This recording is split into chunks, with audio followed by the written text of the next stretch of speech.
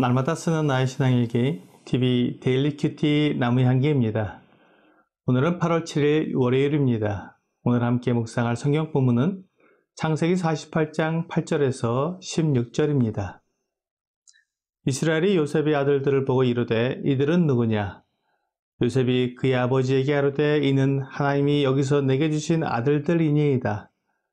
아버지가 이르되 그들을 데리고 내 앞으로 나아오라. 내가 그들에게 축복하리라. 이스라엘의 눈이 나이로 말미암아 어두워서 보지 못하더라.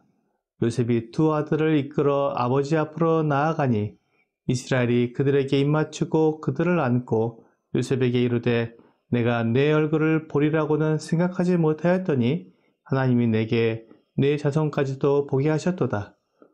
요셉이 아버지의 무릎 사이에서 두 아들을 물러나게 하고 땅에 엎드려 절하고 오른손으로는 에브라임을 이스라엘의 왼손을 향하게 하고 왼손으로는 므낫세를 이스라엘의 오른손을 향하게 하여 이끌어 그에게 가까이 나아가매 이스라엘이 오른손을 펴서 처남 에브라임의 머리에 얹고 왼손을 펴서 므낫세의 머리에 얹으니 므낫세는 장자라도 팔을 엇바꾸어 얹었더라.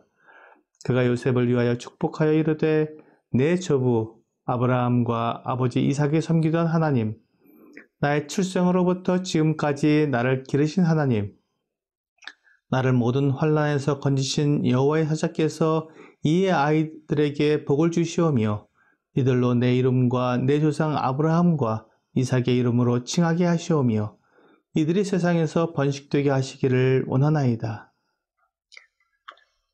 야곱이 요셉에게 그와 함께 온 아들들에 대해 누구냐고 물었습니다. 야곱이 나이가 많아 눈이 어두워졌기 때문에 잘 알아보지 못한 것입니다. 요셉은 아버지 야곱에게 하나님께서 이곳 애굽에서 자기에게 주신 아들들이라고 말합니다. 요셉은 지금 56세 정도 되었습니다. 그러니 아들들의 나이는 20대 중반일 것입니다.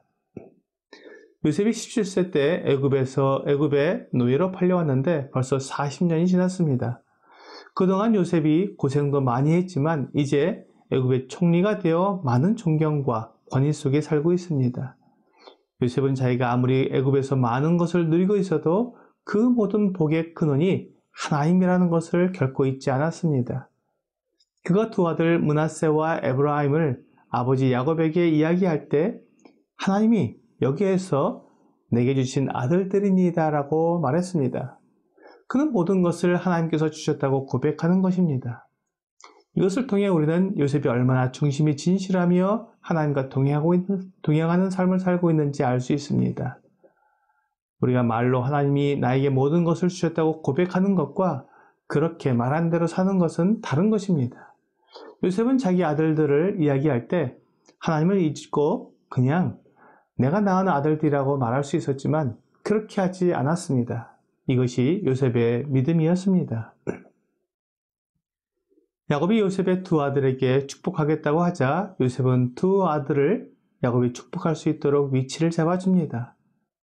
아버지 야곱의 오른손이 맏아들 므낫세의 머리에 오도록 하고 왼손이 둘째 아들 에브라임의 머리에 오도록 위치를 잡았습니다. 그런데 놀랍게도 야곱은 두 손을 엇갈리게 하여 오른손을 에브라임의 머리에 얹고 왼손을 므낫세의 머리에 얹었습니다. 야곱은 아버지 이삭의 축복을 받을 때를 기억했을 것입니다. 아버지 이삭은 에서를 축복하기 원했지만 야곱은 어머니 리브가와 함께 이삭을 속여 그 축복을 가로챘습니다. 야곱은 이삭처럼 그렇게 아들을 축복하고 싶지는 않았을 것입니다. 그는 하나님께서 므낫세와 에브라임 중에서 누구에게 복을 주시는지 생각하고 하나님의 뜻대로 축복하고 싶었을 것입니다. 그래서 놀랍게도 팔을 어긋놓아 므낫세와 에브라임을 축복했습니다. 야곱은 하나님의 인도하심을 받고 싶었고 그렇게 하나님의 인도하심에 따라 두 손자를 축복했습니다. 야곱이 므낫세와 에브라임을 축복하는 내용을 보면 그가 하나님을 얼마나 믿고 의지했는지 잘 나타나 있습니다. 내 조부 아브라함과 아버지 이삭이 섬기던 하나님, 나의 출생으로부터 지금까지 나를 기르신 하나님이라고 하나님을 부르고 있습니다. 그가 두 아이에게 축복하면서 자기의 일생을 기억하고 하나님께서 그를 어떻게 인도하셨는지를 생각했을 때 이런 놀라운 고백을 하게 된 것입니다. 우리도 나의 삶에 함께 하시는 하나님을 기억해 보면 그 당시에는 하나님의 인도하심이나 은혜를 베푸신 것을 알지 못했지만 그 일이 지나고 난 후에 그것이 하나님의 인도하심이었고 은혜였다는 것을 고백하게 됩니다. 하나님께서 자신의 삶에 깊이 관여하시고 함께 하셨음을 고백한 야곱은 이제 두 손자들을 하나님께 의탁합니다.